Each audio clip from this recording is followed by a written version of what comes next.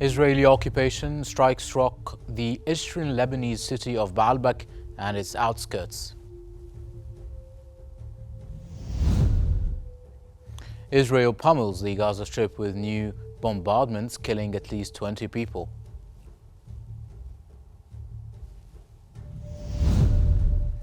And the Commissioner General of UNRWA says the newly passed Israeli laws will create further instability in Gaza and the West Bank.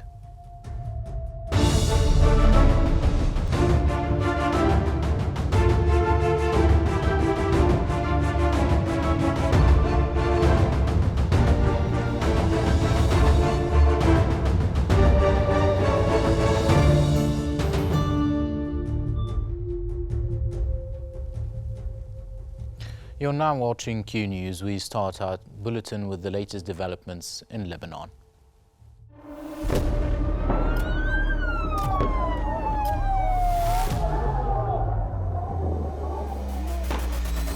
كل المستهدفين هن مدنيين. وضع شيء مرعب، شيء بخوف.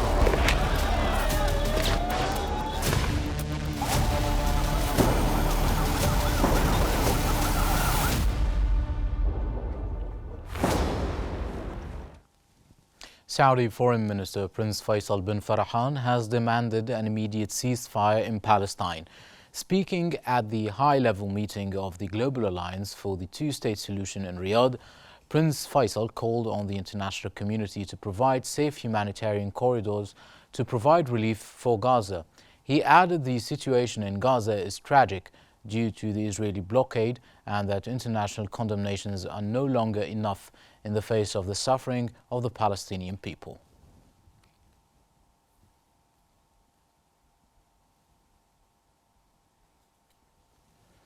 The death toll from Israeli airstrikes on Lebanon since October 2023 has risen to 2,792, while injuries went up to 12,772, the Lebanese Health Ministry reported. Lebanese military sources said that the Israeli occupation military on Tuesday conducted over 50 airstrikes on around 30 villages, towns and cities in southern Lebanon.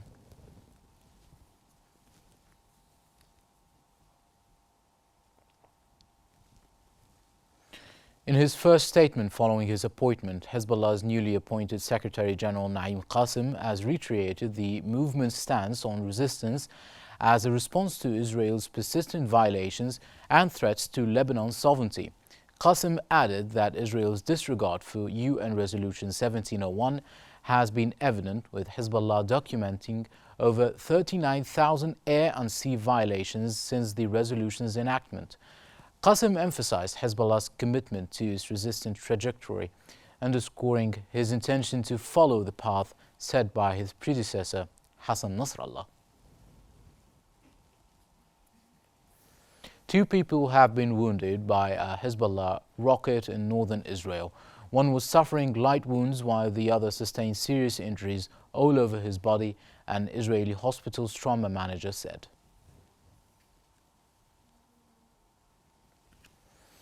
Israeli strikes have rocked the eastern Lebanese city of Baalbek and its outskirts hours after Israel issued an evacuation call for the area.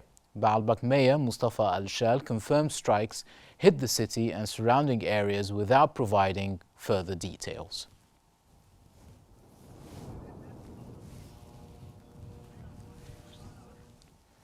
Lebanon's caretaker health minister has warned that Israeli attacks are forcing more people from their homes, raising concerns that the displaced may face increased health risks as winter approaches. Making his comments during a visit to the Sublime Governmental Hospital in Mount Lebanon, Firas Al-Abyad said there are very large numbers of people who are either in shelters or elsewhere. He said that as winter is approaching, Lebanon might be seeing more cases of acute respiratory infections or other nutrition-related conditions.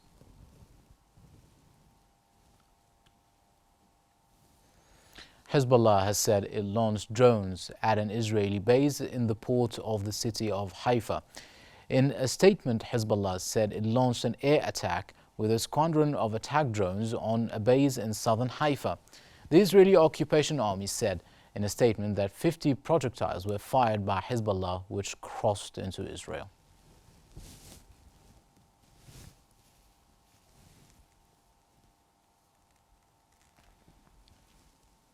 Israel's military chief has warned Iran to stand down from any retaliation against Israel's airstrikes near Tehran last week. The chief of general staff stated that in case of an Iranian attack, they will hit back with capabilities they refrained from using last time.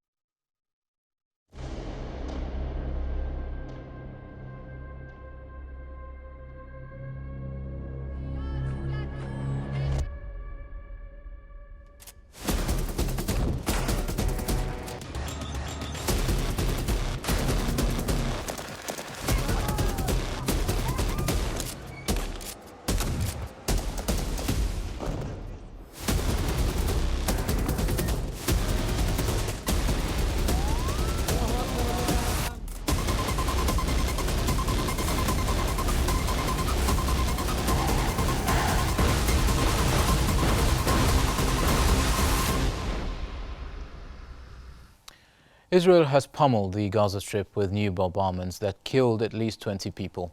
8 of today's victims were killed in a strike on the Salatin area of Beit Lahia in northern Gaza.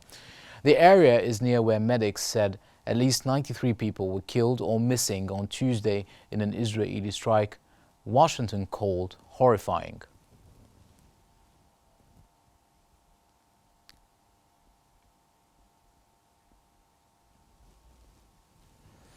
Philip Lazzarini, the Commissioner General of the UN Relief and Works Agency, has said that newly passed Israeli laws effectively banning its activities will leave a vacuum that will cost more lives and create further instability in Gaza and the West Bank.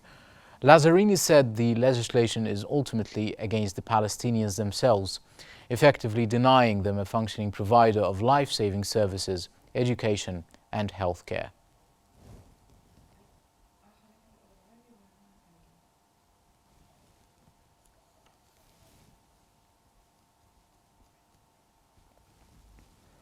For more analysis, we now move to Salma Al-Fi'i in our newsroom. Over to you, Salma. Thank you, Karim. And for further analysis on the situation in Gaza and Lebanon, we are joined today from Amman with the political science expert and former minister, Dr. Amin El-Mashaqba. And welcome to Q News, Dr. Amin. Welcome, thank you. Let me just start off with, do you think the U.S. pressure succeed in achieving a ceasefire in Gaza and Lebanon, do you think?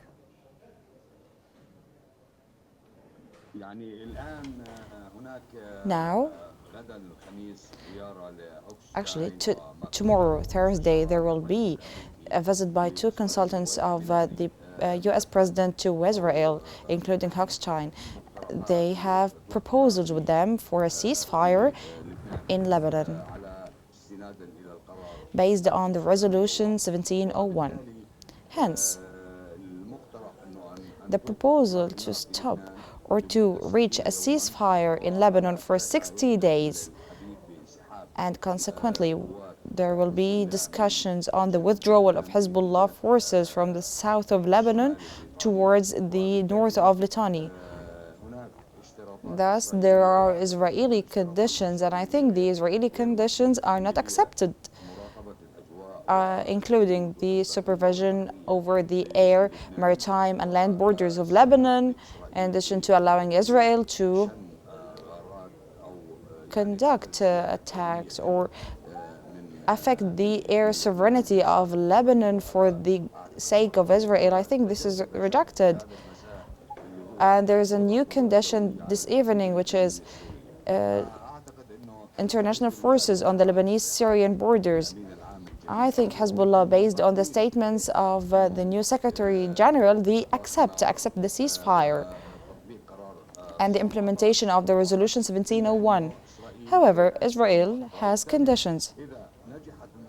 Consequently, if the negotiations succeed tomorrow in Tel Aviv with Netanyahu, Hochstein and the other consultant may head to Beirut to start talking with the Lebanese people or with the Lebanese government to start implementing the ceasefire resolution and the resolution 1701 for ceasefire again in Lebanon. In relation to Gaza Strip, the issue is very complicated, and I do not think that there will be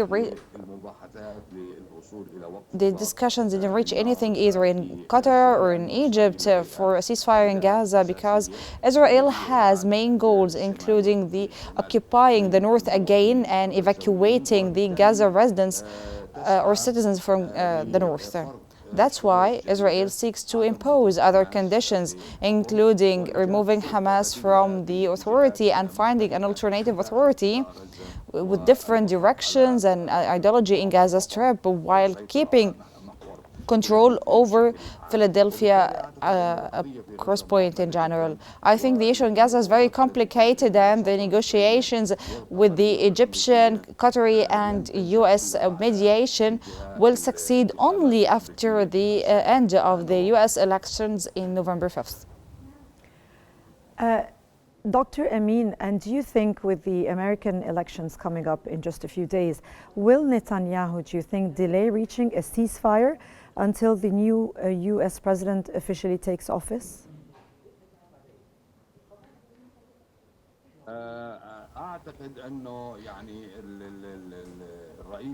In my opinion, the Israeli president or the Israeli leader supports Donald Trump to win in this election because of the Abrahamic peace plan in the region. That's why he seeks continuing the war until the end of the war in November 5th. That's why I think in relation to Gaza, the issue will be prolonged further. But in Lebanon, the matter will be shortened because there are clear Israeli losses and there is inability for the Israeli army to invade the Lebanese territories for the resistance of Hezbollah. Pertaining to Gaza, I think the matter and the ceasefire will not be achieved soon. I think the matter will continue until the end of the election after November 5th. Do you think actually Israel will agree to a temporary truce in the coming days?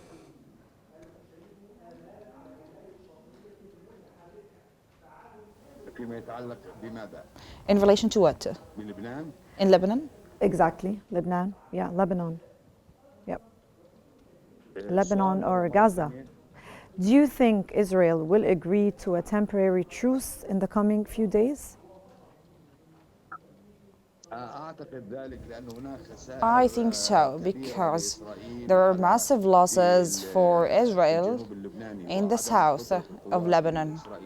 The Israeli forces are unable to invade the borders for long distances because they want to reach the head of Lazzarini River in the east south, and at the same time they want to reach a buffer zone in 3 kilometers distance.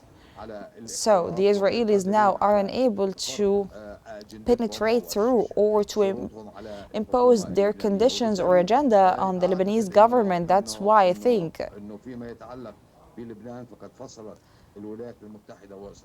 in relation to Lebanon, the United States and Israel separated Gaza issue from Lebanon issue.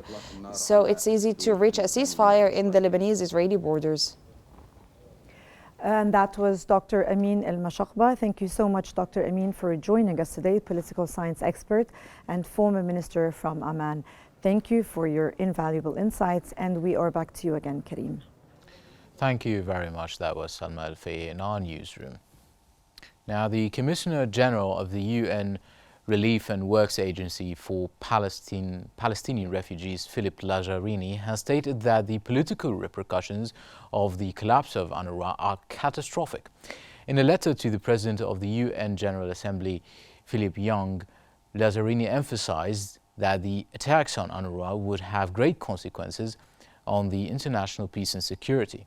He added that the attacks undermine Palestinians' right to self-determination and exacerbate the suffering of the Palestinians in Gaza and the West Bank.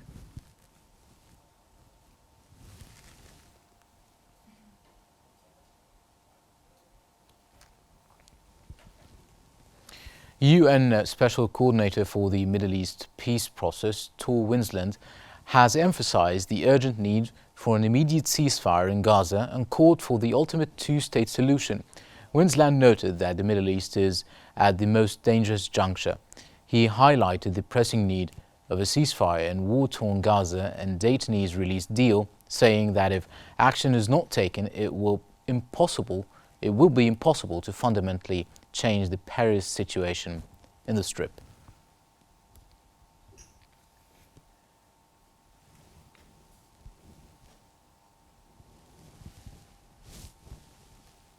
Riyad Mansour, the permanent observer of the State of Palestine to the UN, has said that Israel's relentless war in Gaza has driven displaced Palestinians to desperation, with the entire population of northern Gaza facing the threat of death.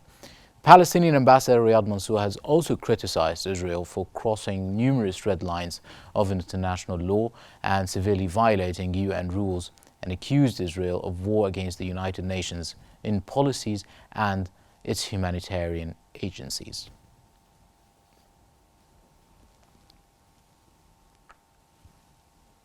A Qatari spokesman has said he remained hopeful but not necessarily optimistic about the outlook of Qatar's mediation talks, as well as those of its regional partners, to reach a ceasefire in the Gaza Strip. Foreign Minister spokesman Majid al-Ansari said representatives from Qatar, Egypt, the United States and Israel gathered in Doha for peace talks on Sunday and Monday and made some progress. The spokesperson stated that relevant parties are continuing to advance the peace talks and that communication channels remain open. He added that the situation, however, is not easy.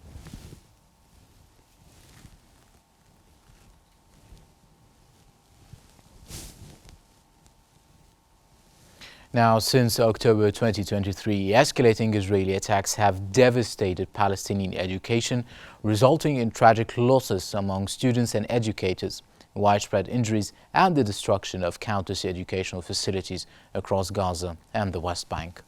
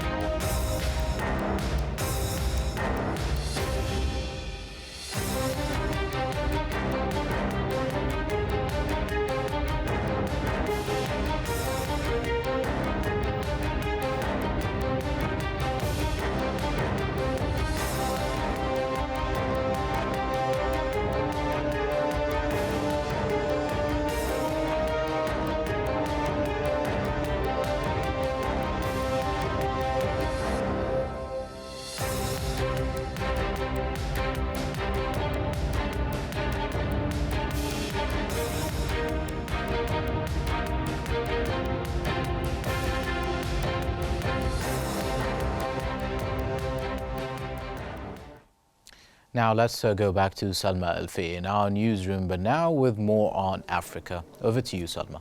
Thank you, Karim. And now we move to the latest developments in Africa.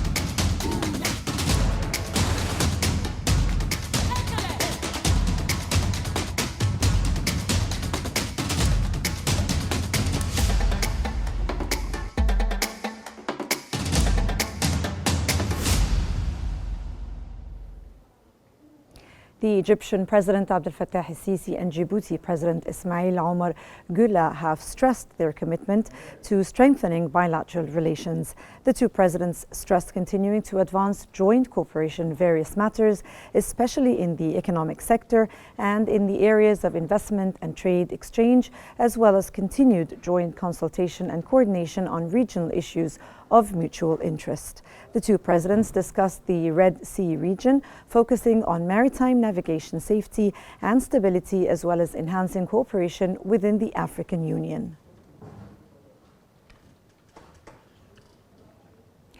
Botswana's President Mokgweetsi Masisi has cast his vote in the national presidential election. This election would determine whether Masisi will serve a second term in office. The president's Democratic Party has governed the country for 58 years since its independence in 1966.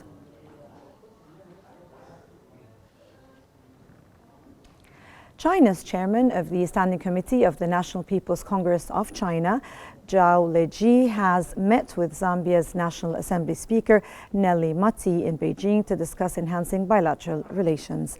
The talks followed a recent exchange of congratulatory messages between Chinese President Xi Jinping and Zambian President Hakainde Hichilema on the 60th anniversary of diplomatic ties between the two countries.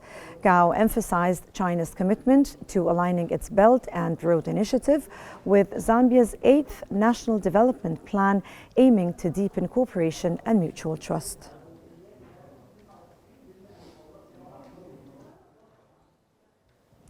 And back to you again, Karim. Thank you very much. That was Salma Alfie in our newsroom with a deeper look on the African news. Now we move to the latest in the United States ahead of the presidential election.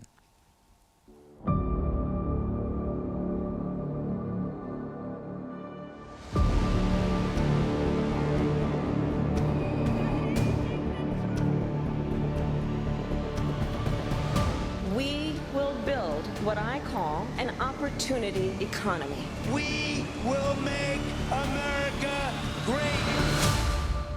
We're ready to fight for it. As one people, we are moving forward. We will make America safe again. Democratic candidate Kamala Harris has vowed to serve all Americans if elected president, as she sought to contain fallout from a remark by President Joe Biden that threatened to undercut her message of unity. Harris is spending the final week of the campaign telling voters that she would respect those who disagree with her and portraying former President Trump as a threat to democracy.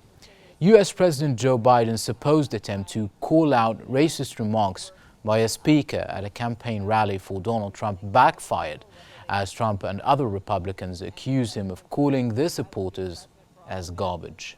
Whether you vote for me or not, that is my responsibility, and that's the kind of work that I've done my entire career, and I take it very seriously. Now, the Republican candidate Donald Trump has thanked Latinos for their support at a rally in Allentown, Pennsylvania. Trump did not comment on the remarks made by speakers at the Sunday event, where comedian Tony Hinchcliffe called Puerto Rico a floating island of garbage. President Joe Biden drew ire from Trump's campaign for remarks he made about the Sunday rally during a fundraising call on Tuesday.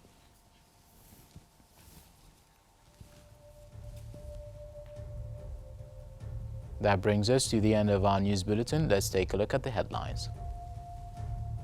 Israeli occupation strikes rock the eastern Lebanese city of Baalbek and its outskirts. Israel pummels the Gaza Strip with new bombardments, killing at least 20 people.